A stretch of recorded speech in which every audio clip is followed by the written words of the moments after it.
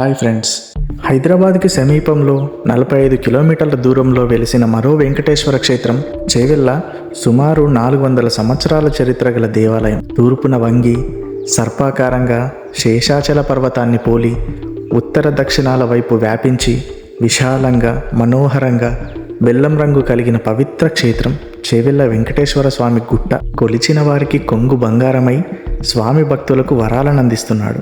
ధూపదీప నైవేద్యాలతో నిత్య కళ్యాణం పచ్చతోరణంగా భక్త సందోహంతో అలరారుతున్న చేవెళ్ళ వెంకటేశ్వర స్వామి దేవాలయం. ఒక భక్తుడిచే నిర్మించబడిన ఈ దేవాలయం ఎంతో చారిత్రకమైనది మరియు శక్తివంతమైన క్షేత్రం కూడా. ఒకప్పుడు శ్రీనివాసుని భక్తుడొక ఆయన ప్రతి సంవత్సరం తిరుపతి వెళ్ళి ఏడుకొండల స్వామిని దర్శించుకునేవాడు. ఒకమారు అనారోగ్యం కారణంగా ఆయన తిరుపతి యాత్ర చేయలేకపోయాడు. ఆయనకు కలలో వెంకటేశ్వర స్వామి కనిపించి, చింతించవద్దు, నీ సమీపంలోని అడవిలోనే నేనున్నాను అని చెప్పాడు.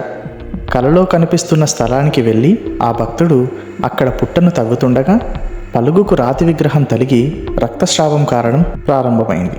అపచారానికి దుఃఖిస్తున్న భక్తుడిని పాలతో కడగమని వాణి వినిపించింది. అలా చేయగా పుట్ట నుండి శ్రీదేవి భూదేవి సమేతుడైన శ్రీ వెంకటేశ్వరుని విగ్రహం బయల్పడింది. ఇలా 3 మూర్తులు ఒకే విగ్రహంలో ఉండడం అరుదు. ఈ విగ్రహాన్ని శాస్త్రోక్తంగా ప్రతిష్ఠించి మందిరాన్ని నిర్మించారు. ఇలా స్వయంభూ మూర్తిగా ఉభయ నాంచారులతో వెలిసిన శ్రీ వెంకటేశ్వరుని భక్తులు ఎంతో భక్తి శ్రద్ధలతో అర్చిస్తారు. 1963లో రాజలక్ష్మి అమ్మవారిని ప్రతిష్ఠించారు.